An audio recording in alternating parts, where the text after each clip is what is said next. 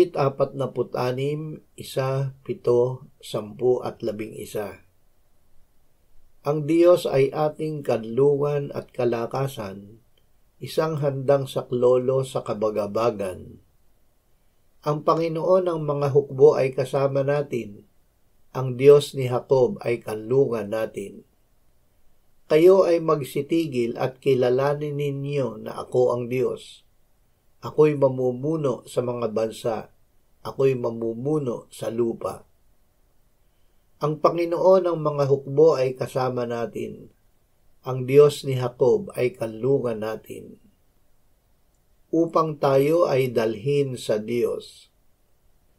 Si Kristo ay minsang nagdusa dahil sa mga kasalanan, ang isang matuwid dahil sa mga di matuwid, upang tayo ay madala niya sa Diyos.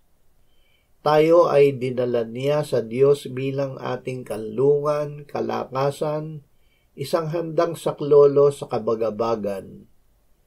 Siya ay mandirigma at Panginoon ng mga hukbo na kasama natin.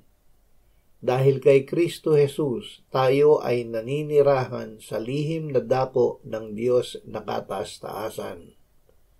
Kaya't masasabi natin sa Diyos gaya ni David, aking muog at aking kanlungan, aking Diyos na siya kong pinagtitiwalaan.